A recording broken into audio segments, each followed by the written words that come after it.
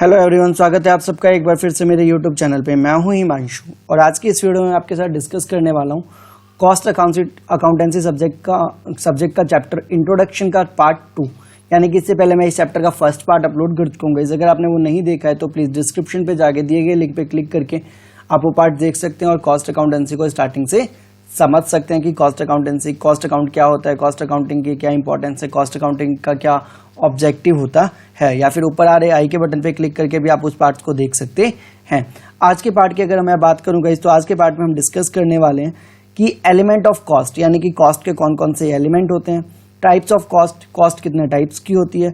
उसके बाद हम देखेंगे जो हमारा मेथड होता है कॉस्ट निकालने का, उसमें सबसे पहला जो मेथड है कॉस्ट शीट, वो हम डिस्कस करेंगे। उसका हम यहाँ पे फॉर्मेट देखेंगे। उसके नेक्स्ट पार्ट फिर से अगले पार्ट में हम कॉस्ट शीट को सॉल्व करना देखेंगे। तो आइए करते हैं गाइज आज की वीडियो स्टार्ट। वीडियो स्टार्ट करने से पहले गाइज, अगर आप हमारे चैनल पर नए हैं या आपने अभी तक हमारे चैनल को सब्सक्राइब नहीं किया है तो सब्सक्राइब का बटन जरूर दबा दीजिए और साथ में आ रहे बेल आइकन को जरूर दबा दीजिए ताकि आपको हमारी वीडियो की नोटिफिकेशन टाइम टू टाइम मिलती रहे। तो आइए करते हैं गाइज आज की वीडियो स्टार्ट।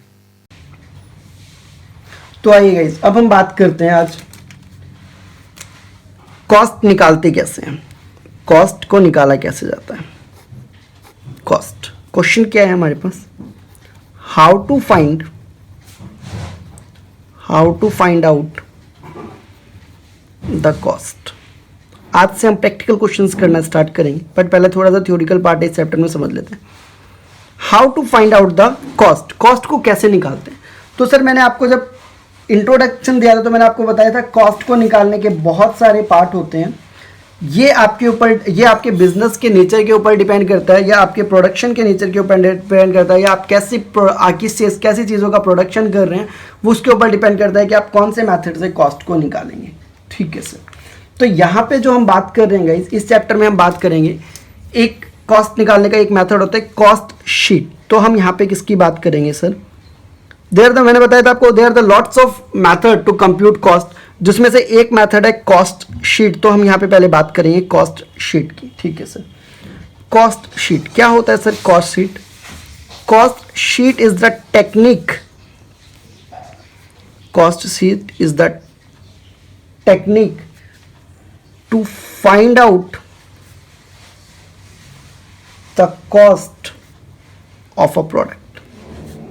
भैया किसी प्रोडक्ट को बनाने में कितना कॉस्ट लगा, उसके लिए जो मेथड यूज़ किया जाता है, कौन सा मेथड यूज़ किया जाता है सर, कॉस्ट शीट वाला मेथड यूज़ किया जाता है। बहुत सारे मेथड है, इस प्रोसेस कॉस्टिंग है, जॉब कॉस्टिंग है, कॉन्ट्रैक्ट कॉस्टिंग है, there are the lots of method. But यहाँ पे हम किस मेथड की बात करेंगे, यहाँ पे अभी हम इस चैप्टर में बात करेंगे कॉस्ट शीट की। तो sir how to find out the cost, तो अभी हम बात कर रहे हैं कॉस्ट शीट की। तो कॉस्ट शीट क्या है, इस कॉस्ट शीट एक टेक्निक है जिससे हम क्या निकाल सकते हैं, अपने प्रोडक्ट का कॉस्ट निकाल सकते हैं। सर प्रोडक्ट की कॉस्ट निकाल सकते हैं कॉस्ट शीट से। मैंने आपको बताया था सर्विस का भी कॉस्ट निकाला जाए, बट कॉस्ट शीट से प्रोडक्ट का कॉस्ट निकाल सकते हैं, सर्विस की कॉस्ट को नहीं निकाल सकते हैं। सर सर्विस की कॉस्ट की बात हम जब आएगा तो मैं अपने आपको टाइम में बता दूंगा, जिस टाइम पे हम उसके बारे में बात करेंगे। अभी हम सब चीज़ प्रोडक्ट के बारे में बात करेंगे। ठीक है सर। तो सर कॉस्ट शीट आपको बात आई समझ में, इससे हम प्रोडक्ट का कॉस्ट निकाल सकते हैं। तो cost sheet is also known as single costing,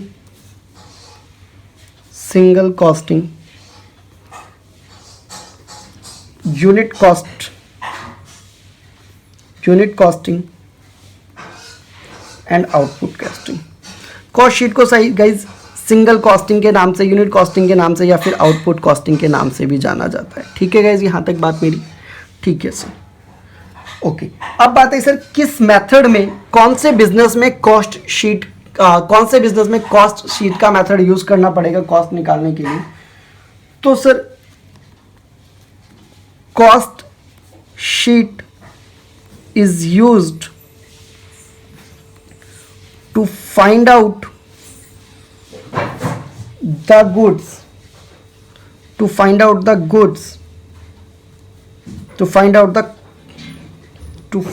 the cost of goods which are of identical nature। नहीं मतलब आया समझ में सर। सर कॉस्ट शीट का यूज़ किया जाता है उस इंडस्ट्री में जहाँ पे प्रोडक्ट को बनाया जाता है, लेकिन एक ही जैसे प्रोडक्ट कई क्वांटिटी में बनाए जाते हैं। भैया अगर मान लीजिए मेरी पेन बनाने की कंपनी, तो मैं सिर्फ एक पेन थोड़ी बनाऊंगा, बहुत सारे पेन बनाऊंगा, और कुछ ब्लैक पेन बनाऊंगा, ब्लू पेन बनाऊंगा, रेड पेन बनाऊंगा, लेकिन मैं क्या है पेन एक ही जैसे पेन बनाऊंगा, कुछ अलग पेन तो बनाऊंगा नहीं। तो यहाँ पे हम कॉस्ट शीट मेथड का यूज़ करेंगे। मान लीजिए मेरी कंपनी है, मेरा जो इंडस्ट्री है साइकिल बनाने का है, तो साइकिल तो भैया एक साइकिल थोड़ी बनाऊंगा, बहुत सारे साइकिल बनाऊंगा, और साइकिल मोस्ट प्रोबेबली एक जैसे ही बनते हैं। तो सर वहाँ पे हम कॉस्ट शीट का यूज़ करेंगे। भैया ईंट बनाने की फैक्ट्री है, तो ईंट में कोई क्या अलग करते हो आप? कुछ अलग तो करते नहीं, एक ईंट तो बनाते नहीं, बहुत सारी ईंट बनाओगे। जहाँ पे आप एक ह्यूज क्वांटिटी में प्रोडक्शन करते हो, वहाँ पे हम कॉस्ट शीट का यूज़ करते हैं। उस इंडस्ट्री में हम कॉस्ट शीट मेथड का यूज़ करते हैं कॉस्ट निकालने के लिए, जहाँ पे एक हम ह्यूज क्वांटिटी में कॉस्ट को निकालते हैं, जहाँ पे हम ह्यूज क्वांटिटी में प्रोडक्ट को निकालते हैं, कॉस्ट कह रहा हूँ सॉरी गाइस, जहाँ पे हम ह्यूज क्वांटिटी में प्रोडक्ट को बनाते हैं, वहाँ पे हम कॉस्ट शीट मेथड का यूज़ करते हैं। तो आई होप बात समझ में आ गई होगी गाइस, कॉस्ट शीट कहाँ पे यूज़ किया जाता है। तो इस चैप्टर में हम कॉस्ट शीट की बात करेंगे, अगले चैप्टर में और आगे मेथड्स कौन कौन से वो भी हम डिस्कस करेंगे, बट यहाँ पे हम कॉस्ट शीट की बात कर रहे हैं। तो मैंने आपको बताया कॉस्ट शीट आप कहाँ पे यूज़ करते हो, जहाँ पे आप आइडेंटिकल नेचर के प्रोडक्ट बनाते हो और एक बड़ी क्वांटिटी में बनाते हो। पेन हो गया, ब्रिक्स हो गए आपके, साइकिल हो गई आपकी, मोबाइल्स हो गए आपके, ये सब में क्या करते हो गाइस, एक आइडेंटिकल नेचर वाली चीज़ें बनाते हो। तो गाइस यहाँ पे हम कॉस्ट शीट मेथड का यूज़ करते हैं, ठीक है सर। तो अब बात करते हैं सर कॉस्ट निकालते कैसे हैं, ठीक है। How to compute cost. Sir cost को कैसे निकालते हैं ये सीखने से पहले आपको एलिमेंट ऑफ कॉस्ट जानना होगा, एलिमेंट ऑफ कॉस्ट को जानना पड़ेगा। सर अब ये एलिमेंट ऑफ कॉस्ट क्या होता है, पहले समझिए सर एलिमेंट का मतलब क्या होता है। What is the meaning of element. Sir element का मतलब होता है किसी चीज़ को बनाने के लिए जिन चीज़ों की रिक्वायरमेंट होती है उनको एलिमेंट्स बोला जाता है। सर समझ में नहीं आई बात, समझाता हूँ गाइस। मान लीजिए गाइस अब ये जो पेन है, इस पेन को बनाने के लिए मुझे किस किस चीज़ों की ज़रूरत पड़ी। सर एक तो इस प्लास्टिक की ज़रूरत पड़ी, ठीक है सर। दूसरी किस चीज़ों की ज़रूरत पड़ी, रिफिल की ज़रूरत पड़ी। तीसरी रबड़ की ज़रूरत पड़ी।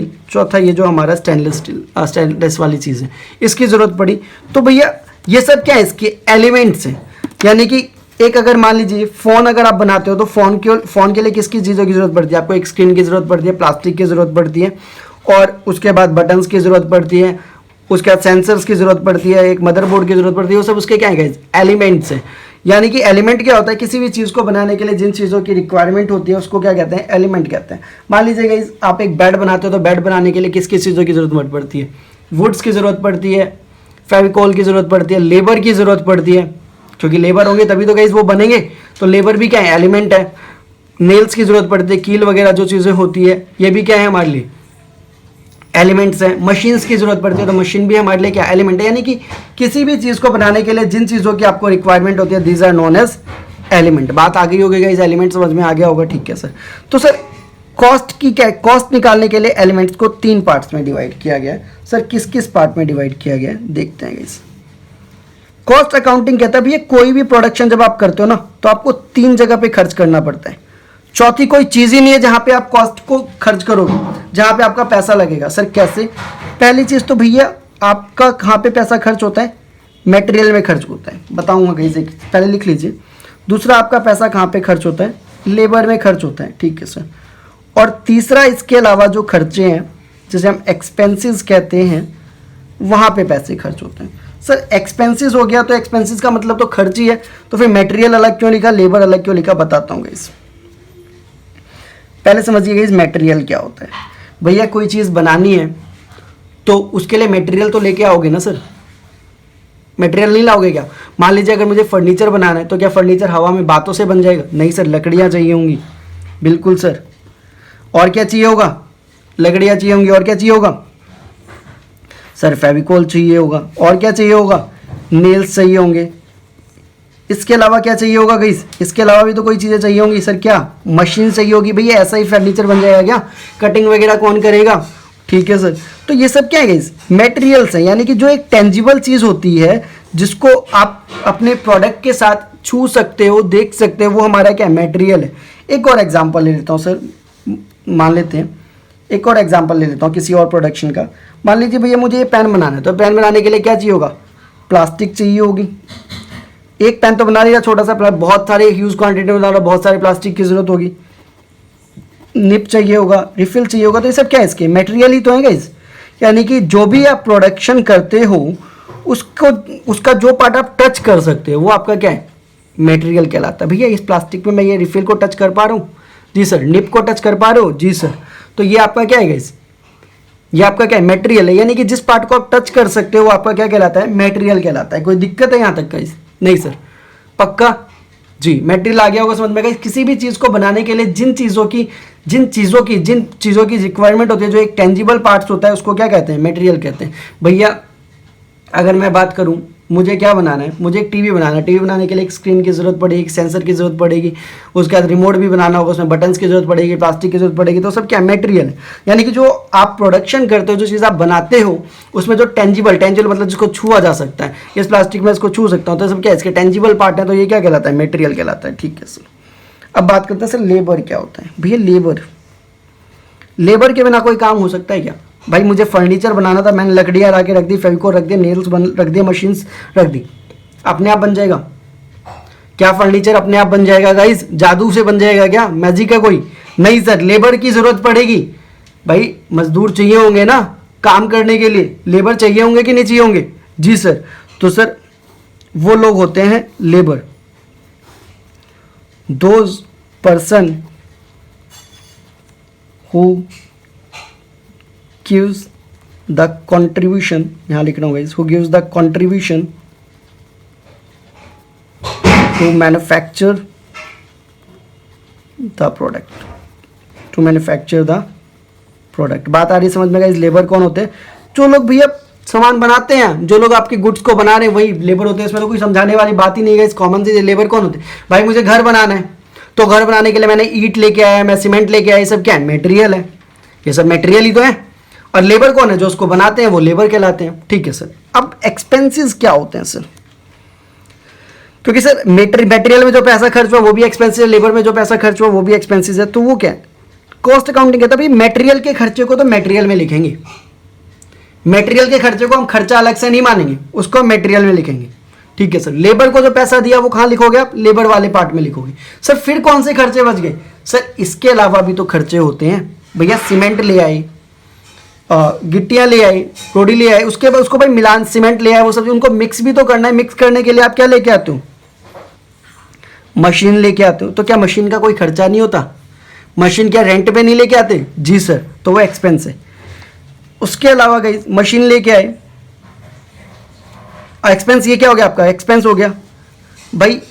रेंट मशीन लेके आए, उसके अलावा घर बनाने के लिए और क्या चीज़ें लेके आते हो? जो चीज़ें चाहिए होती हैं गाइस, वो जब आप छत वगैरह डालते हो तो उसके ऊपर क्या करना होता है? फट्टे वगैरह लेके आने पड़ते हैं। क्या वो सब चीज़ें एक्सपेंसेस नहीं है? जी सर। तो गाइस मटेरियल और लेबर के अलावा जो खर्चे होते हैं वो क्या होते हैं? एक्सपेंसेस कहलाते हैं। सर एक और एग्जाम्पल के थ्रू समझते हैं। ठीक है सर, एक और एग्जाम्पल ले लेते हैं। मान लीजिए गाइस मैं इस पेन को बनाता हूँ, इस पेन को बना रहा हूँ, तो मटेरियल मैंने बता दिया आपको, लेबर जो पेन को बनाएंगे, एक्सपेंसेस गाइस।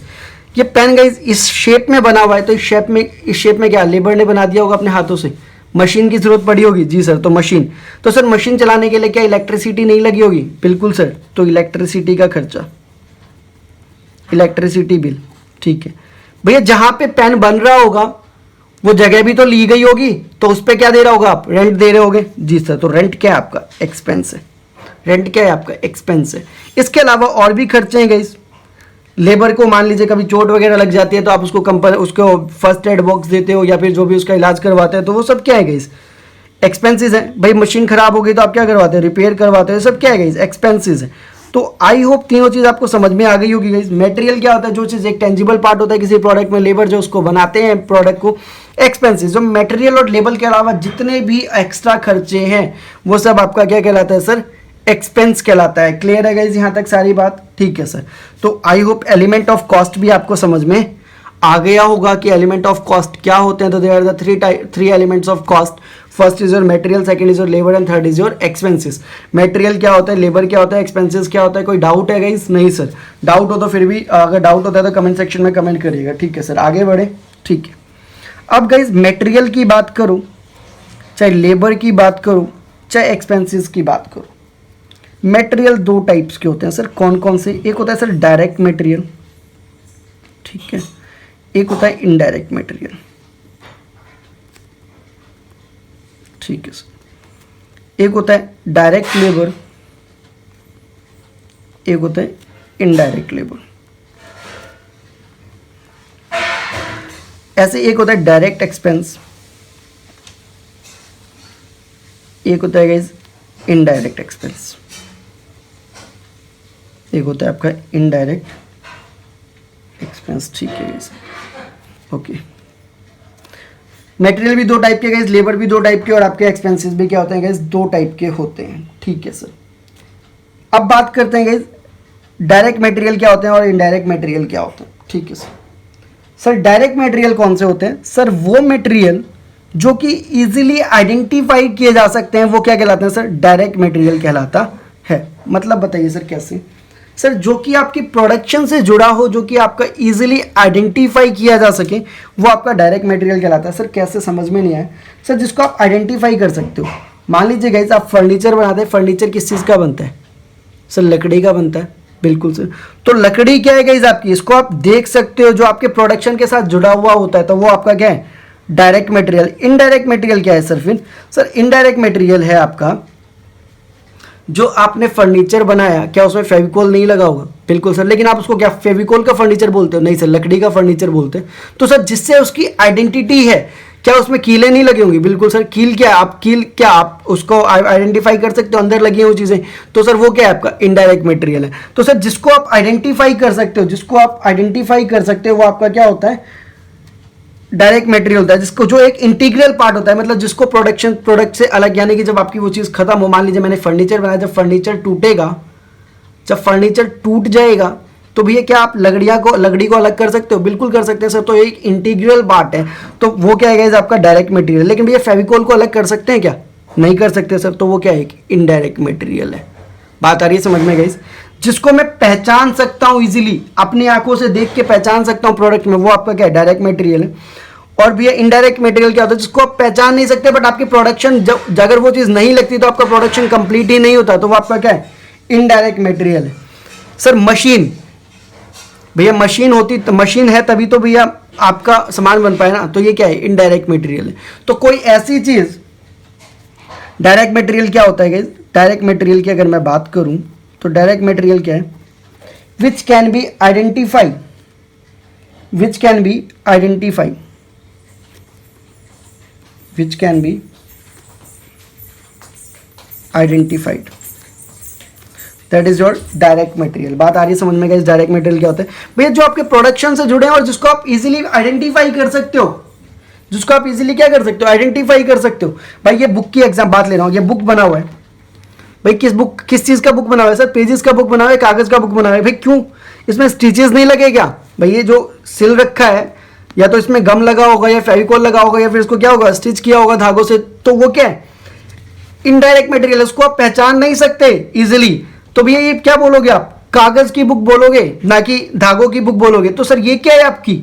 ये कागज जो है आपका डायरेक्ट मटेरियल है, वो जो धागे हैं वो क्या आपका? इनडायरेक्ट मटेरियल है। तो आई होप समझ में आ गया होगा इस आपको डायरेक्ट मटेरियल इनडायरेक्ट मटेरियल में क्या डिफरेंस होता है। डायरेक्ट मटेरियल वो मटेरियल जिससे उस प्रोडक्शन की क्या होती है? पहचान होती है, आइडेंटिटी होती है, वो आपका डायरेक्ट मटेरियल कहलाता है। जिसको आप इजीली पहचान सकते हो, वो आपका क्या कहलाता है गाइस? डायरेक्ट मटेरियल कहलाता है। तो आई होप बात समझ में आ गई होगी। इस डायरेक्ट मटेरियल क्या होता है? डायरेक्ट मटेरियल एक इंटीग्रल पार्ट है, यानी कि जिसको अलग किया जा सकता है प्रोडक्शन से। बट सर इनडायरेक्ट मटेरियल क्या होता है? इसको अलग ही नहीं किया जा सकता प्रोडक्शन से। तो आई होप गाइस आपको डायरेक्ट मटेरियल इनडायरेक्ट मटेरियल समझ में आ गया होगा। पहली चीज guys, direct material indirect material मैंने आपको अच्छे से समझाया, बट फिर भी कोई डाउट है तो कमेंट सेक्शन में कमेंट करिएगा, मैं फिर से इसको समझाने की कोशिश करूंगा। अगर ये नहीं भी आया समझ में, तो एक और अच्छी चीज बता रहा हूं सर, वो क्या? आपको टेंशन ही नहीं लेना गाइस क्वेश्चन करते वक्त कि ये डायरेक्ट मटेरियल है या इनडायरेक्ट मटेरियल है। क्वेश्चन में साफ साफ लिखा होगा कि ये जो कॉस्ट है ये डायरेक्ट मटेरियल का कॉस्ट है, और ये जो कॉस्ट है ये इनडायरेक्ट मटेरियल का कॉस्ट है। बस आपको तो लेके सॉल्यूशन में उतारना है। तो सबसे बढ़िया बात क्या है गाइस? आपको इसमें दिमाग ही नहीं लगाना कि भी ये डायरेक्ट मटेरियल है या इनडायरेक्ट मटेरियल है। क्वेश्चन में साफ साफ लिखा होगा कि ये डायरेक्ट मटेरियल है और ये इनडायरेक्ट मटेरियल है, आपको कुछ सोचना ही नहीं है। बट फिर भी मैंने आपको यहाँ पे एक्सप्लेन कर दिया कि डायरेक्ट मटेरियल और इनडायरेक्ट मटेरियल में क्या डिफरेंस होता है। जिसको पहचाना जा सके वो डायरेक्ट मटेरियल, जिसको नहीं पहचाना जा सके वो इनडायरेक्ट मटेरियल। अगर समझ में आ गया तो बहुत अच्छी बात, नहीं आया तो भी कोई दिक्कत वाली बात नहीं है गाइस। क्वेश्चन में आपको दिमाग लगाना ही नहीं है, आपको अपने दिमाग के घोड़े दौड़ाने की जरूरत नहीं है कि डायरेक्ट मटेरियल है इनडायरेक्ट मटेरियल है। क्वेश्चन में साफ साफ लिखा होगा कि भाई ये डायरेक्ट मटेरियल तो डायरेक्ट में डाल देंगे उसको, ये इनडायरेक्ट मटेरियल तो इनडायरेक्ट में डाल देंगे। बात आगे समझ में, ठीक है सर। अब बात करते हैं लेबर की। डायरेक्ट लेबर कौन से होते हैं सर? भैया जो आपके प्रोडक्शन से जुड़े हुए हैं वो क्या है? डायरेक्ट लेबर है। जिन्होंने अपने हाथों से आपके प्रोडक्शन को बनाने में हेल्प किया वो क्या है? डायरेक्ट लेबर है। सर समझाइए, भैया पेन बनाया है, इस पेन को लेबर ने बनाया होगा, मशीन ने तो बनाया है, लेकिन भैया मशीन में इन प्लास्टिक को किसने डाला होगा? लेबर्स ने डाला होगा। ये जो रबड़ बनाया, इस रबड़ को इसके अंदर किसने डाला होगा? लेबर्स ने डाला होगा। यानी कि जो आपके प्रोडक्शन से सीधा सीधा जुड़े हैं वो आपके क्या है? डायरेक्ट लेबर है। इनडायरेक्ट लेबर कौन होते हैं गाइस? भैया जहां पे ये मशीन बनी है उस फैक्ट्री के बाहर एक गार्ड बैठा होगा, वो गार्ड हमारे लिए क्या है? इनडायरेक्ट लेबर है। वो हमारे प्रोडक्शन से सीधा सीधा नहीं जुड़ा, बट उसकी भी कुछ ना कुछ, कहीं ना कहीं उनका भी कुछ ना कुछ कंट्रीब्यूशन है, तो वो हमारा क्या है गाइस? इनडायरेक्ट लेबर है। मान लीजिए गाइस आप कोई घर बना रहे हैं आर्किटेक्चर की मदद से, तो आर्किटेक्चर ने एक नक्शा बना के दे दिया, वो नक्शा बनाने वाला आर्किटेक्चर क्या है गाइस? इनडायरेक्ट लेबर है, क्योंकि उसने आपके प्रोडक्शन को रेडी नहीं किया। प्रोडक्शन को तो आपके लेबर्स वगैरह ने रेडी किया है या फिर आपके इंजीनियर्स ने रेडी किया है, तो वो हमारे डायरेक्ट मटेरियल जो इंजीनियर्स और लेबर्स हैं। बट इनडायरेक्ट लेबर क्या है? जिसने आर्किटेक्चर ने आपका वो बना के दिया था। तो सर डायरेक्ट लेबर कौन होते हैं? जो सीधा सीधा आपके प्रोडक्शन को बनाने में जुड़े होते हैं, जो आपके सीधा सीधा आपके प्रोडक्शन को जोड़ते हैं, वो आपका डायरेक्ट लेबर कहलाता है। इनडायरेक्ट लेबर कौन होता है सर? वो होते हैं इनडायरेक्ट लेबर जो आपके प्रोडक्शन में कंट्रीब्यूशन तो देते हैं, बट डायरेक्टली कंट्रीब्यूशन नहीं देते, कहीं ना कहीं वो इनडायरेक्टली कंट्रीब्यूशन आपके देते हैं। ठीक है सर, ठीक है सर। बात आगे समझ में? ठीक। मान लीजिए आप एक घर बना रहे हैं, जो लेबर्स आपके घर को बना रहे हैं वो आपके डायरेक्ट लेबर है, लेकिन जिससे आपने सामान बनाया मटेरियल, वो क्या सिर्फ आप ही के सामान को बना रहे हैं? नहीं सर, और भी घरों में सामान डाल रहा होगा, जो बालू वगैरह जो रेत वगैरह आप मंगाते हो वो तो और भी घरों में डाल रहा होगा, तो वो क्या है आपका गाइस? इनडायरेक्ट लेबर कहलाता है। ठीक है सर। अब बात करते हैं सर डायरेक्ट एक्सपेंसेस की और इनडायरेक्ट एक्सपेंसेस की। भाई डायरेक्ट एक्सपेंसेस और इनडायरेक्ट एक्सपेंसेस में छोटा सा डिफरेंस है गाइस, लेकिन पहले बता दूं कि जितने भी खर्चे होते हैं ना, इलेक्ट्रिसिटी बिल, रेंट वगैरह, ये मोस्टली कौन से टाइप के खर्चे होते हैं? ये मोस्टली खर्चे होते हैं गाइस इनडायरेक्ट एक्सपेंस। मोस्टली कौन से खर्चे होते हैं सर? ये इनडायरेक्ट एक्सपेंस। क्योंकि डायरेक्ट एक्सपेंस, डायरेक्ट खर्चे जो होने तो मटेरियल पे हो गए, लेबर में, उसके बाद डायरेक्ट खर्चे होने की कोई गुंजाइश ही नहीं बची। बट फिर भी उसके अलावा कौन से खर्चे होते हैं गाइस? डायरेक्ट एक्सपेंस और इनडायरेक्ट एक्सपेंस में क्या होता है? डायरेक्ट एक्सपेंस और इनडायरेक्ट एक्सपेंस को समझ लीजिए गाइस। जो मोस्टली खर्चे होते हैं वो इनडायरेक्ट होते हैं, बट फिर भी एक डिफरेंस समझाता हूँ कि डायरेक्ट एक्सपेंस और इनडायरेक्ट एक्सपेंस में क्या खर्चा होता है।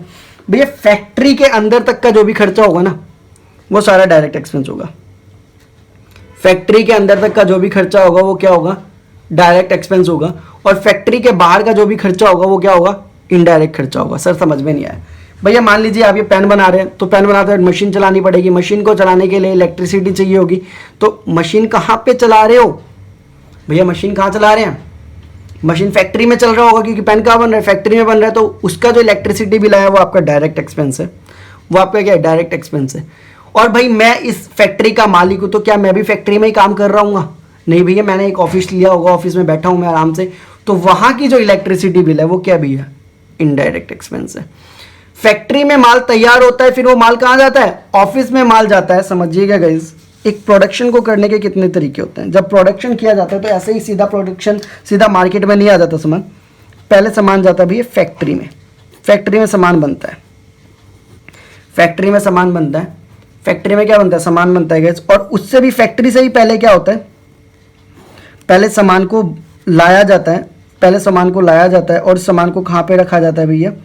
उस सामान को लाके रखा जाता है आपके गोडाउन में, या फिर गोडाउन में रखा जाता है, जहाँ से आप सामान को, मान लीजिए भैया मैंने लकड़ियाँ लेके आ गया, मैं 5 लाख रुपए की लकड़ियाँ लेके आ गया, लेकिन मुझे और फर्नीचर बनाने मुझे सिर्फ 2 लाख रुपए की। क्या सारी लकड़ियाँ मैं फैक्ट्री में लेके आ जाऊँ? नहीं, 3 लाख तक की लकड़ियाँ तो मैं गोडाउन में ही रहने दूंगा, 2 लाख तक की लकड़ियाँ मैं फैक्ट्री में लेके आऊँगा। ठीक है सर।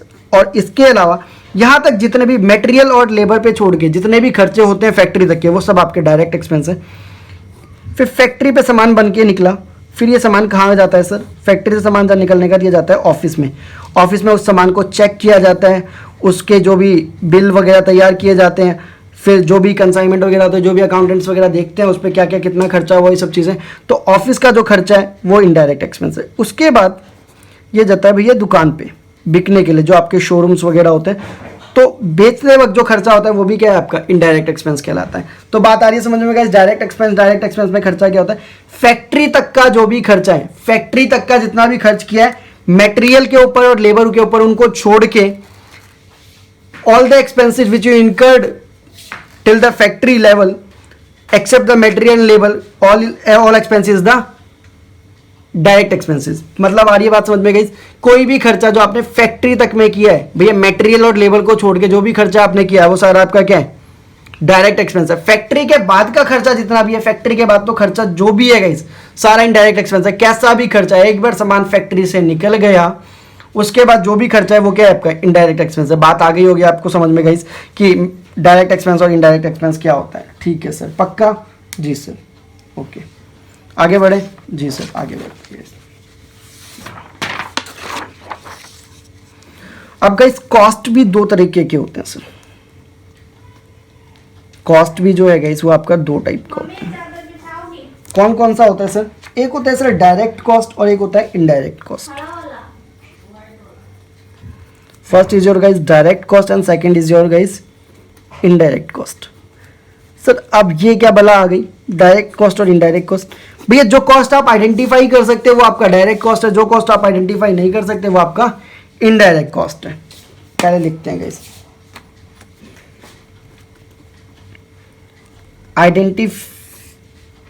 आइडेंटिफाइबल कॉस्ट और ये है गाइस अनआइडेंटिफाइबल कॉस्ट।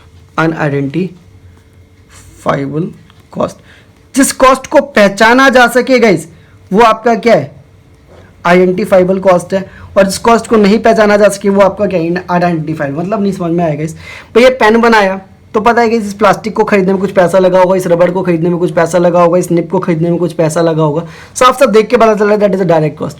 बट इस पेन को बनाने के लिए मशीन में कुछ पैसा, मशीन चली है तो मशीन पे भी कुछ पैसा लगा होगा, उसको हम आइडेंटिफाई नहीं कर सकते कि कितना खर्चा लगा है, तो दैट इज अ अनआइडेंटिफाइबल कॉस्ट, और वो क्या कहलाता है, हमारा इनडायरेक्ट कॉस्ट कहलाता है। इस पेन को बनाने में निप लगा है, ये सब लगे, ये सब क्या आइडेंटिफाई कॉस्ट है भैया, लेकिन कितनी इलेक्ट्रिसिटी बिल लगी ये नहीं हम पहचान नहीं सकते, तो ये क्या है, इनडायरेक्ट कॉस्ट है। तो भैया जिस कॉस्ट को पहचाना जा सके वो आपका क्या है, डायरेक्ट कॉस्ट है, और जिस कॉस्ट को नहीं पहचाना जा सके वो आपका क्या है, इनडायरेक्ट कॉस्ट है। भैया एक घर को बनाने में इतने रुपए लेबर को दिए, इतने रुपए दिए, इतने रुपए इसको दिए, इतने रुपए लेबर को दिए, इतने रुपए जो हमारा इंजीनियर था उसको दिया, बट भैया इलेक्ट्रिसिटी बिल कितनी लगी, टोटल तो मुझे पता है इलेक्ट्रिसिटी बिल कितनी लगी, बट एक कमरे को बनाने में सिर्फ इलेक्ट्रिसिटी बिल कितनी लगी, या एक दीवार को खड़ी करने में कितनी इलेक्ट्रिसिटी बिल लगी, इसको हम पहचान नहीं सकते, तो वो क्या है, इनडायरेक्ट कॉस्ट है। सर एक दीवार को खरीदने में कितनी इलेक्ट्रिसिटी बिल ये नहीं पहचान सकते भैया, बट लेकिन एक दीवार को खड़ी करने में कितनी ईंट लगी हैं वो तो पहचान सकते हो, और एक ईंट इतने रुपए का तो मल्टीप्लाई कर दो, इससे आपका एक दीवार को खड़ी करने में कितनी कॉस्ट आ गई है तो आप पहचान सकते हो, तो वो आपका क्या है, डायरेक्ट कॉस्ट है।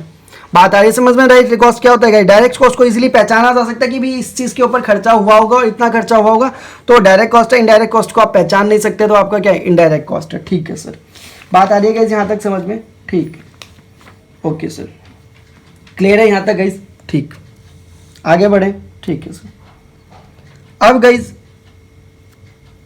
जो हम चैप्टर पढ़ रहे हैं गाइस, ये हमारा कॉस्ट शीट भी हम फर्स्ट चैप्टर पढ़ रहे हैं तो इसमें हम कॉस्ट शीट देखेंगे, लेकिन गाइस जो भी आपका फर्स्ट चैप्टर है ना, इससे आपकी यूनिट का जो है, अगर आप एसएल के स्टूडेंट है तो आपका जो 6 चैप्टर है output costing, single output costing, वो भी कवर्ड हो जाएगा। तो इट मीन्स ये जो कॉस्ट शीट वाला आप चैप्टर करोगे, इससे आपका 6 चैप्टर का, अगर मैं सीरियल भूल भी रहा हूँ तो गाइस जो भी मैं इसलिए नाम बता रहा हूँ, जो भी आपका चैप्टर है सिंगल आउटपुट कॉस्टिंग या यूनिट कॉस्टिंग, ये चैप्टर भी आपका कवर्ड हो जाएगा। यानी कि एक चैप्टर से आपके दोनों चैप्टर कवर्ड होने वाले हैं यहाँ पे कॉस्ट शीट से। सिंगल आउटपुट कॉस्टिंग और कॉस्टिंग फर्स्ट चैप्टर भी कवर्ड हो चुका है आधे से ज़्यादा। अब कॉस्ट शीट और प्रैक्टिकल क्वेश्चन करना है, इसके अलावा आपका ये चैप्टर भी आपका कवर्ड हो जाएगा। तो बहुत अच्छी बात है गाइस, एक चैप्टर में आप 2 चैप्टर पढ़ लोगे। ठीक है, यहाँ तक क्लियर है इस बात को? ठीक है, आगे बढ़े। जी सर, अब देखिए गाइस कॉस्ट की बात करते हैं। Cost sheet guys, cost sheet को हम यहाँ पे 2 फॉर्म्स में पढ़ेंगे। एक पढ़ेंगे गाइस सिंपल फॉर्मेट में, फिर हम पढ़ेंगे डिटेल्ड फॉर्मेट में। देखिए एक नया सब्जेक्ट है गाइस, तो आपको अगर मैं एक ही बार में बहुत बड़ी चीज़ बता दूंगा, आगे बढ़ जाएंगे तो उसको समझ में नहीं आएगा। इसको हम इजीली वे में स्टेप वाइज चलेंगे तो आपको इजीली समझ में आएंगे। तो हम इस कॉस्ट शीट को दो पार्ट्स में डिवाइड करेंगे। पेपर में सर क्वेश्चन कैसा आएगा? सर पेपर में क्वेश्चन डिटेल्ड वाला फॉर्मेट आएगा, लेकिन डिटेल्ड फॉर्मेट जो है, सिंपल फॉर्मेट आप कर लीजिए, उसमें दो चार चीज़ें जोड़ देंगे, फिर वो आपका डिटेल्ड फॉर्मेट बन जाएगा। तो सिंपल फॉर्मेट को समझ लीजिए, आपका डिटेल्ड फॉर्मेट इजीली समझ में आ जाएगा। ठीक है सर, देखेंगे गाइस दोनों चीज़ों को। ठीक है, तो अब आगे बढ़ते हैं गाइस। ठीक है सर, तो गाइस मैंने आपको बताया कॉस्ट क्या होते हैं गाइस, दो टाइप के होते हैं, डायरेक्ट कॉस्ट और इनडायरेक्ट कॉस्ट होता है। ठीक है sir, there are the two type of cost, first is your direct cost, second is your indirect cost. ऐसा ही है गाइस। ठीक है, डायरेक्ट कॉस्ट कौन से होते हैं गाइस? आइडेंटिफाइबल नेचर के होते हैं, उसको आप पहचान सकते हो इजीली। डिफरेंस बहुत अच्छे से समझा दिया है गाइस, बट डाउट होता है तो प्लीज़ कमेंट सेक्शन में कमेंट करिएगा। और इनडायरेक्ट कॉस्ट कौन सा होता है गाइस? जो अनआइडेंटिफाइबल होता है, उसको पहचाना नहीं जा सकता है। ठीक है सर, ठीक भैया। डायरेक्ट कॉस्ट कैसे निकलता है? सर मैंने आपको बताया मटेरियल दो टाइप्स के होते हैं, तो डायरेक्ट मटेरियल प्लस में डायरेक्ट लेबर प्लस में डायरेक्ट एक्सपेंसेस, यानी कि फैक्ट्री तक के जो खर्चे हैं मटेरियल और लेबर को छोड़ के, इन तीनों को जोड़ दूं तो जो कॉस्ट निकल के आएगी वो है आपका डायरेक्ट कॉस्ट। डायरेक्ट कॉस्ट, बात आ गई गाइस यहाँ तक समझ में? ठीक है सर, अब बात करते हैं गाइस इनडायरेक्ट कॉस्ट क्या होता है। सर इनडायरेक्ट चीज़ों को जोड़ दो तो इनडायरेक्ट कॉस्ट निकल के आ जाएगी। इनडायरेक्ट मटेरियल जोड़ दीजिए प्लस में इनडायरेक्ट लेबर जोड़ दीजिए प्लस में इनडायरेक्ट एक्सपेंस जोड़ दीजिए। जब आप इनडायरेक्ट खर्चों को जोड़ देते हैं, इनडायरेक्ट वाली चीज़ों को जोड़ देते हैं, तो क्या निकल के आ जाता है? आपका इनडायरेक्ट कॉस्ट निकल के आ जाता है। यहाँ तक तो कोई दिक्कत होनी नहीं चाहिए सर, आई थिंक मेरी आपसे अभी तक जो मैंने समझाया। डायरेक्ट चीज़ों को जोड़ देंगे तो डायरेक्ट कॉस्ट निकल के आ जाएगा, और इनडायरेक्ट चीज़ों को जोड़ देंगे तो इनडायरेक्ट चीज़ें निकल के आ जाएंगी। ठीक है सर, ओके, अब आगे बढ़े। ठीक है सर, अब सर देखिए जो इनडायरेक्ट खर्चे होते हैं ना, उसको कॉस्ट अकाउंटिंग में एक नाम दिया गया है। सर क्या नाम दिया गया? तो सर इनडायरेक्ट खर्चों को जो नाम दिया गया है उसको नाम दिया गया है सर ओवरहेड्स का। इनडायरेक्ट को नाम दिया गया है किस चीज़ का? ओवरहेड का। कॉस्ट अकाउंटिंग में इनडायरेक्ट खर्चों को, इनडायरेक्ट कॉस्ट को क्या बोला गया सर? ओवरहेड कॉस्ट बोला गया। क्या बोला गया गाइस? ओवरहेड दिया गया। तो अब अगर मैं इनडायरेक्ट ना बोल के ओवरहेड बोलूं तो समझने की कोशिश करिएगा। डायरेक्ट की अभी मैं बात नहीं कर रहा हूँ गाइस, भूल जाइए इसको। मैं इनडायरेक्ट कॉस्ट की बात कर रहा हूँ, इनडायरेक्ट एक्सपेंसेस की बात कर रहा हूँ। तो इनडायरेक्ट खर्चों को या इनडायरेक्ट कॉस्ट को जो नाम दिया गया कॉस्ट अकाउंटिंग में, वो ओवरहेड का नाम दिया गया। वैसे तो डिफरेंस है गाइस इनडायरेक्ट एक्सपेंसेस और ओवरहेड में, बट आज के टाइम पे जो आपके पास कॉस्ट अकाउंटिंग ने क्या किया है, जो आपकी CMA इंस्टीट्यूट है गाइस, उन्होंने एक्सपेंसेस और ओवरहेड के डिफरेंस को बिल्कुल ही खत्म कर दिया। तो यहाँ पे हम ये मान के चलेंगे कि ओवरहेड और इनडायरेक्ट एक्सपेंसेस क्या होते हैं? एक बराबर होते हैं। तो मैं कह सकता हूँ कि जितने भी इनडायरेक्ट एक्सपेंसेस हैं वो सारे क्या हैं? ओवरहेड्स हैं। वो सारे क्या हैं भैया? ओवरहेड्स हैं। बात आ रही समझ में गाइस? ठीक है सर, अब बात की जाती है गाइस कि इनडायरेक्ट एक्सपेंसेस कहाँ कहाँ पे हो सकते हैं। ठीक है, समझ लिया। इनडायरेक्ट एक्सपेंसेस कहाँ कहाँ पे इनकर्ड किए जा सकते हैं? तो भैया इनडायरेक्ट एक्सपेंसेस जो है फैक्ट्री में भी हो सकते हैं। इनडायरेक्ट एक्सपेंसेस जो है गाइस आपके ऑफिस में भी हो सकते हैं। मैंने आपको बताया था 3 पार्ट्स में हमारा कोई भी सामान बनता है, फैक्ट्री में जाता है, फिर ऑफिस में जाता है, और तीसरा फिर इनडायरेक्ट एक्सपेंसेस जो है गाइस आपके सेलिंग के टाइम पे भी हो सकते हैं। तो फैक्ट्री के टाइम पे जो इनडायरेक्ट एक्सपेंसेस होंगे उसको बोला जाएगा फैक्ट्री ओवरहेड। ऑफिस के टाइम पे जो इनडायरेक्ट एक्सपेंसेस होंगे उसको बोला जाएगा ऑफिस ओवरहेड, और सेलिंग के टाइम पे जो इनडायरेक्ट एक्सपेंसेस होंगे उसको बोला जाएगा सेलिंग ओवरहेड। मैंने बताया गया इस इनडायरेक्ट एक्सपेंसेस को क्या नाम दिया गया? ओवरहेड नाम दिए गए। तो भैया कॉस्ट की काउंटिंग कहता है कि आपके इनडायरेक्ट खर्चे कहाँ कहाँ पे हो सकते हैं? फैक्ट्री में हो सकते हैं, ऑफिस में हो सकते हैं, और सेलिंग के टाइम पे हो सकते हैं। ठीक है, तो भैया फैक्ट्री में जो इनडायरेक्ट खर्चे हुए उसको फैक्ट्री ओवरहेड नाम दे दिया गया, जो ऑफिस में खर्चे हुए उसको ऑफिस ओवरहेड नाम दे दिया गया, जो सेलिंग के टाइम पे खर्चे हुए इनडायरेक्ट वाले उसको सेलिंग ओवरहेड नाम दे दिया गया। ठीक है सर, सर फैक्ट्री में कैसे इनडायरेक्ट खर्चे हो सकते हैं? एक मैंने बताया गाइस, फैक्ट्री का जो भी खर्चा है वो क्या है आपका, इलेक्ट्रिसिटी बिल हो गया, रेंट हो गया, ये सब क्या है, फैक्ट्री के खर्चे हैं। तो गाइस ये आपके क्या है, इनडायरेक्ट खर्चे हैं, क्योंकि मटेरियल में तो ये खर्चा जुड़ेगा नहीं, ना ही ये लेबर में खर्चा जुड़ सकता है। इलेक्ट्रिसिटी बिल, फैक्ट्री का इलेक्ट्रिसिटी बिल मटेरियल है क्या? नहीं गाइस। फैक्ट्री का इलेक्ट्रिसिटी बिल लेबर का खर्चा है क्या? नहीं सर। तो बाकी खर्चा ही है ना, तो वो क्या है, इनडायरेक्ट खर्चे हैं। कौन से वाले? फैक्ट्री वाले। तो that is known as factory overhead. Factory का गाइज मशीन का जो खर्चा है, क्या वो मटेरियल में जुड़ेगा? नहीं सर। क्या वो लेबर में जुड़ेगा? नहीं। इनडायरेक्ट खर्चा है। कौन सा खर्चा? फैक्ट्री तक का है ना, तो इनडायरेक्ट फैक्ट्री का इनडायरेक्ट एक्सपेंस, तो that is known as factory overhead. तो ऐसे ही गाइज ऑफिस के खर्चे, तो ऑब्वियसली जितने भी है वो सब फैक्ट्री के बाद के जितने भी खर्चे होते हैं वो इनडायरेक्ट एक्सपेंसेस कहलाते हैं। तो ऑफिस के लेवल के जो खर्चे होंगे वो ऑफिस ओवरहेड कहलाएगा, जो दुकानों पे या जो शोरूम में खर्चे होंगे वो सेलिंग ओवरहेड कहलाएगा। ठीक है सर। ऑफिस की बिजली बिल, ऑफिस ओवरहेड, ऑफिस का रेंट, ऑफिस ओवरहेड, ऑफिस में जो भी चीज़ें आप प्रिंटर वगैरह लगाते हो, ऑफिस ओवरहेड। सेलिंग ओवरहेड से शोरूम का जो बिजली बिल, आपके दुकान का जो बिजली बिल, रेंट है, सब सेलिंग ओवरहेड। ठीक है सर, यहाँ तक क्लियर है सर? जी सर, बात यहाँ तक आगे गाइस समझ में? ठीक है सर। अब सर ये जो डायरेक्ट कॉस्ट है ना, इसको प्राइम कॉस्ट भी कहते हैं। इसको क्या बोला जाता है सर? प्राइम कॉस्ट भी बोला जाता है, प्राइम कॉस्ट भी बोला जाता है। ठीक है सर, बात आ रही है समझ में? डायरेक्ट कॉस्ट को क्या बोला जाता है? प्राइम कॉस्ट भी बोला जाता है। ठीक है यहाँ तक गाइस? ठीक है सर, यहाँ तक कोई दिक्कत नहीं सर? पक्का जी? कोई भी डाउट है गाइस? नहीं सर, आगे बढ़े फिर? जी सर, ठीक है सर, तो आगे बढ़ते हैं फिर। ठीक, तो गाइस अब कॉस्ट शीट की बात करते हैं। यहाँ तक तो आई होप समझ में आ गया होगा। ठीक है सर, तो अब कॉस्ट शीट देख लें। ठीक है, तो अब कॉस्ट शीट की बात करते हैं। तो कॉस्ट शीट का एक फॉर्मेट लिख रहा हूँ गाइस, बना रहा हूँ मैं यहाँ पे, मेरे साथ लिखने को लिख लीजिएगा। Simple format of cost sheet.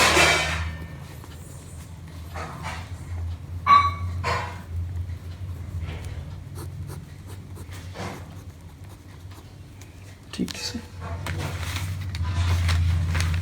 Scale ये रहा। ठीक है,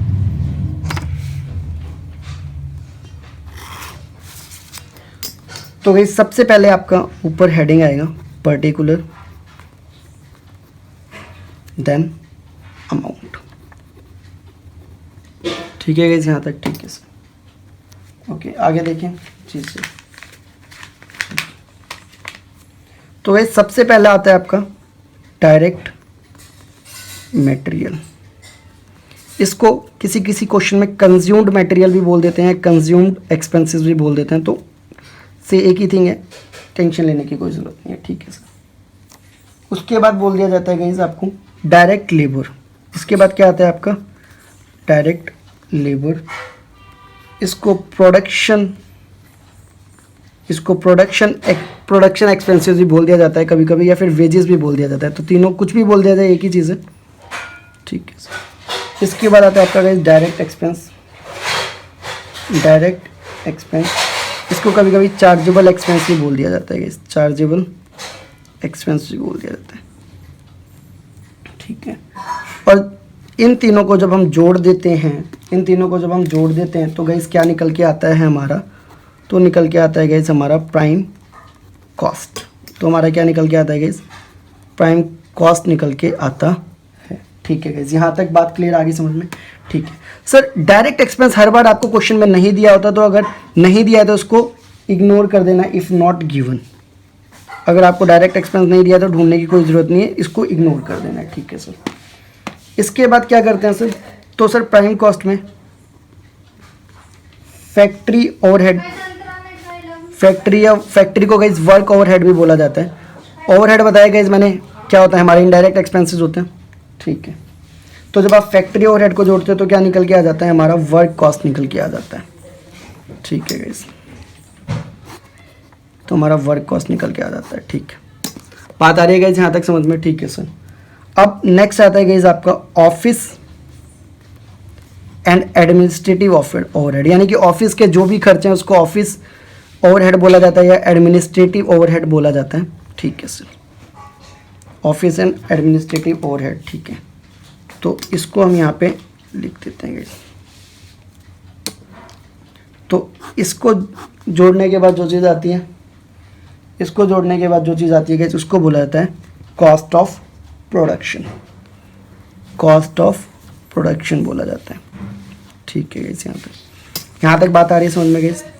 ठीक है सर, आगे बढ़ें। ठीक है, तो गाइस इसके बाद देखते हैं, इसके बाद आता है गाइस आपका selling and distribution overhead, selling and distribution overhead, selling and distribution overhead.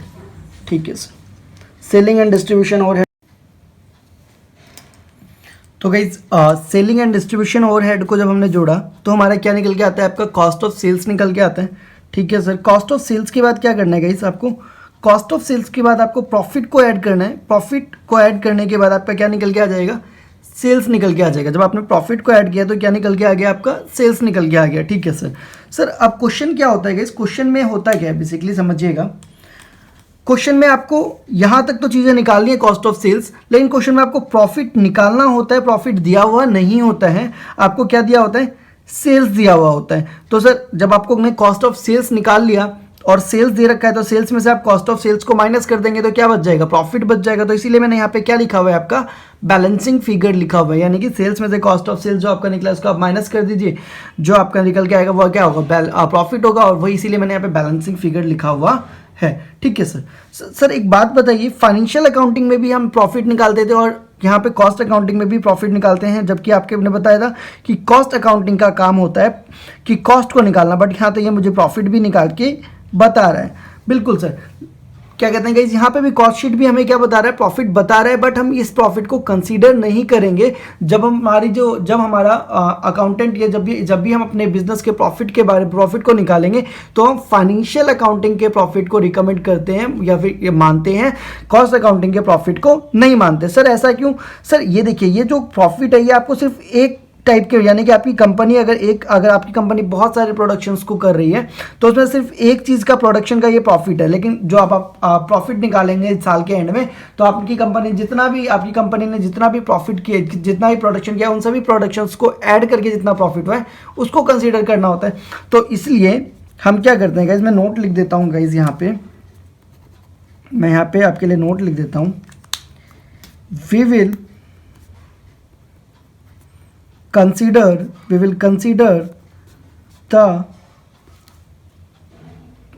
will consider the financial accounting profit. We will consider the financial accounting profit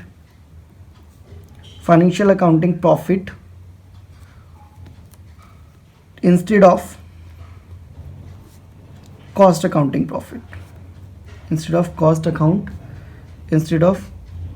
cost account profit. इसका मतलब क्या है? हम यहाँ पे फाइनेंशियल अकाउंटिंग के profit को consider करेंगे, यहाँ पे हम कॉस्ट अकाउंटिंग के प्रॉफिट को कंसीडर नहीं करेंगे, क्योंकि सर कॉस्ट अकाउंटिंग का काम प्रॉफिट निकालना नहीं है। Sir financial accounting cost accounting से कहता है भाई तूने प्रॉफिट निकाला, बहुत अच्छी बात है, लेकिन ये प्रॉफिट तो अपने पास ही रख, इसको बिजनेस में लाने की जरूरत नहीं। मेरा काम है प्रॉफिट निकालना, तो मैं जो प्रॉफिट निकालूंगा वो प्रॉफिट बिजनेस का प्रॉफिट माना जाएगा। ठीक है सर, ओके सर, तो ये चीज़ आपने नोट कर ली। ठीक है सर, यहाँ तक कोई दिक्कत नहीं सर? पक्का? जी सर, कोई दिक्कत तो यहाँ तक नहीं है? नहीं सर। तो गाइस ये जो है हमारा फॉर्मेट है कॉस्ट शीट का, ये जो हमारा फॉर्मेट हमने निकाला, ये किस चीज़ का फॉर्मेट है गाइस? ये आपका कॉस्ट शीट का फॉर्मेट है। कौन से? सिंपल कॉस्ट शीट का गाइस, लेकिन डिटेल्ड कॉस्ट शीट का भी फॉर्मेट हम देखेंगे, लेकिन पहले सिंपल कॉस्ट शीट को हम एक बार पूरा कर लेते हैं, ताकि हमें सिंपल फॉर्मेट जब हम कर लेंगे तो हमें कॉस्ट शीट का थोड़ा सा आइडिया लग जाएगा और हम डिटेल्ड कॉस्ट शीट को अच्छे से कर सकें। ठीक है गाइस, यहाँ तक ठीक है सर? यहाँ तक तो कोई दिक्कत नहीं होनी चाहिए? नहीं सर, पक्का? ठीक है, ओके। अब सर कभी कॉस्ट शीट में आपको कौन कौन से खर्चे नहीं लेने हैं वो भी मैं यहाँ पे नोट कर देता हूँ। ठीक है सर, तो लिखिए एक बार, फॉलोइंग एक्सपेंसेस। कभी कभी क्या होता है, लोग कुछ खर्चों को भी, फाइनेंशियल खर्चे भी हम कॉस्ट शीट में ले लेते हैं। कन्फ्यूजन की वजह से बच्चे क्या करते हैं, जो फाइनेंशियल नेचर का होता है उसको भी कॉस्ट नेचर का खर्चा मान लेते हैं, कॉस्ट शीट में लिख देते हैं। तो मैं यहाँ पे लिख देता हूँ कौन से खर्चे आपको इसमें नहीं इंक्लूड करने। तो following expenses are not include in the cost sheet. क्यों नहीं लेने cost sheet? Because they are of purely financing nature. क्योंकि ये क्या होते हैं गाइस, फाइनेंस नेचर के होते हैं, इनका कॉस्ट शीट से कोई मतलब नहीं होता है तो गाइज ये खर्चे जो मैं लिख रहा हूँ ये आपको कभी भी कंसीडर नहीं करने कॉस्ट शीट में आते हैं। सर कौन कौन से? पहला गाइज आपका फाइनेंस चार्ज मतलब गाइज जैसे कि इंटरेस्ट ऑन लोन हो गया, इंटरेस्ट ऑन लोन, डिवेंचर्स वगैरह पे आप अगर इंटरेस्ट देते हैं तो ये सब खर्चे आपके फाइनेंस नेचर के, इसको आपको कंसीडर नहीं करना है, ठीक है sir. Second guys profit and loss on sale of fixed assets. Sir मान लीजिए आपने कोई फिक्स असेट्स बेचा, उससे आपको प्रॉफिट हुआ या लॉस हुआ, उसको भी कंसीडर नहीं करना है आपको कॉस्ट शीट बनाते वक्त, ठीक है सर। इनकम टैक्स आपको कंसीडर नहीं करना है। अगर आपने अपने शेयर होल्डर्स को डिविडेंड दिया है, जो आपने डिविडेंड आपको पता होगा, ये सब चीज़ें आपको कंसीडर नहीं करनी है, ठीक है सर। और ये तो मैंने आपको बता ही दिया कि हम फाइनेंशियल अकाउंटिंग के प्रॉफिट को मानेंगे, कॉस्ट अकाउंटिंग के प्रॉफिट को कंसीडर नहीं करेंगे। तो सर ये फॉर्मेट आप देख लीजिए, एक बार दोबारा से नोट कर लीजिएगा इस, ठीक है। और मिलते हैं फिर नेक्स्ट वीडियो में देखेंगे कैसे हम इस कॉस्ट शीट के बेस पे अपने क्वेश्चंस को सॉल्व कर सकते हैं। तब तक के लिए गाइस इस चीज़ को पढ़ लीजिए, जितना भी हमने आज के लेक्चर में पढ़ा है उस सबको एक बार रिवाइज करिए। फिर भी कोई डाउट होता है तो प्लीज़ कमेंट सेक्शन में जाके कमेंट करिएगा, मैं पूरी कोशिश करूँगा आपके डाउट्स को क्लियर करने की। So thanks for the watching guys, have a nice day.